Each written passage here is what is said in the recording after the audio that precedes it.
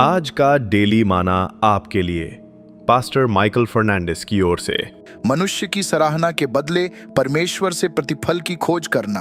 परंतु जब तू दान करे तो जो तेरा दाहिना हाथ करता है उसे तेरा बायां हाथ न जानने पाए, ताकि तेरा दान गुप्त रहे और तब तेरा पिता जो गुप्त में देखता है तुझे प्रतिफल देगा।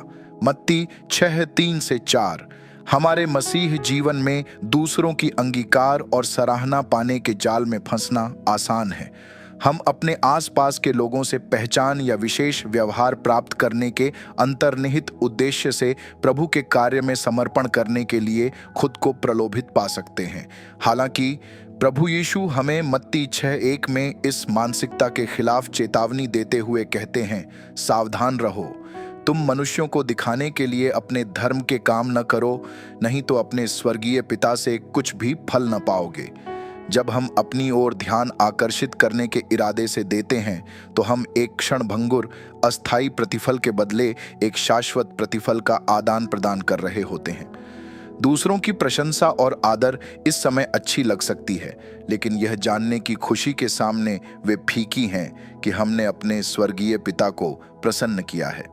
प्रभु यीशु ने हमें गुप्त रूप से दान देने का निर्देश दिया है। हमारे बाएं हाथ को यह पता नहीं चलने दिया कि हमारा दाहिना हाथ क्या कर रहा है। मत्ती 6:3। इसका मतलब यह है कि हमें बिना किसी दिखावे या व्यक्तिगत प्रचार के विवेकपूर्वक दान देना चाहिए। जब हम इस तरीके से देते हैं तो हम परमेश्वर में अपना विश्वास और बाकी सबसे ऊपर उनका सम्मान करने की अपनी इच्छा प्रदर्शित कर रहे हैं। प्रेरित पौलुस 2 कुरिन्थियों 9:7 में इस भावना को प्रतिध्वनित करते हुए कहता है, हर एक जन जैसा मन में ठाने वैसा ही दान करे, न कुड़कुड़ के और न दबाव से, क्योंकि परमेश्वर हर्ष से देने वाले से प्रेम रखता है। हमारा दान परमेश्वर के प्रति कृतज्ञता और प्रेम से भरे हृदय से आना चाहिए, न कि दायित्व की घृणित भावना या व्यक्तिगत लाभ की इच्छा से। जब हम गुप्त रूप से शुद्ध इरादों और प्रसन्न हृदय से देते हैं तो हम भरोसा कर सकते हैं कि हमारा स्वर्गीय पिता देखता है और हमें खुले तौर पर प्रतिफल देगा। मत्ती 6:4। यह प्रतिफल सांसारिक धन या प्रशंसा के रूप में नहीं आता है, बल्कि परमेश्वर के साथ हमारे रिश्ते को गहरा करने और यह जानने से मिलने वाली खुशी से मिलता है कि हम स्वर्ग में खजाना इकट्ठा कर रहे हैं। मत्ती 6:20। लूका 6:38 में प्रभु यीशु ने वादा किया है, दिया करो तो तुम्हें भी दिया जाएगा। लोग पूरा नाप दबा दबा कर और हिला हिला कर और उभरता हुआ तुम्हारी गोद में डालेंगे, क्योंकि जिस नाप से तुम नापते हो उसी से तुम्हारे लिए भी नापा जाएगा। जैसा कि हम उदारता पूर्वक और गुप्त रूप से देते हैं, हम भरोसा कर सकते हैं कि परमेश्वर हमें बहुतायत रूप से आशीष देंगे। जरूरी नहीं कि भौतिक धन में, बल्कि उनकी उपस्थिति की समृद्धि और यह जानने की संतुष्टि में कि हम उन सभी के वफादार प्रबंधक हैं जो उन्होंने हमें सौंपे हैं। मनुष्यों की सराहना प्राप्त किए बिना दान देने के लिए, खुद को प्रशिक्षित करने के लिए हमारे दृष्टिकोण में बदलाव और हमारे दिमाग के निरंतर नयापन की जरूरत होती है। हम ऐसा कैसे कर सकते हैं?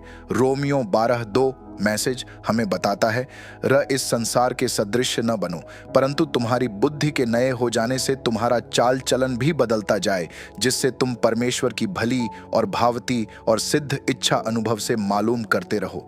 हमें नियमित रूप से खुद को याद दिलाना चाहिए कि हमारा अंतिम उद्देश्य परमेश्वर को खुश करना और उनके नाम को महिमा देना है, न कि अपनी प्रतिष्ठा या स्थिति को बढ़ाना।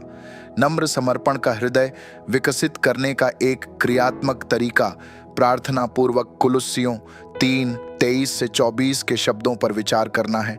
और जो कुछ तुम करते हो तन मन से करो, यह समझकर कि मनुष्यों के लिए नहीं परंतु प्रभु के लिए करते हो, क्योंकि तुम जानते हो कि तुम्हें इसके बदले प्रभु से मीरास मिलेगी। तुम प्रभु मसीह की सेवा करते हो।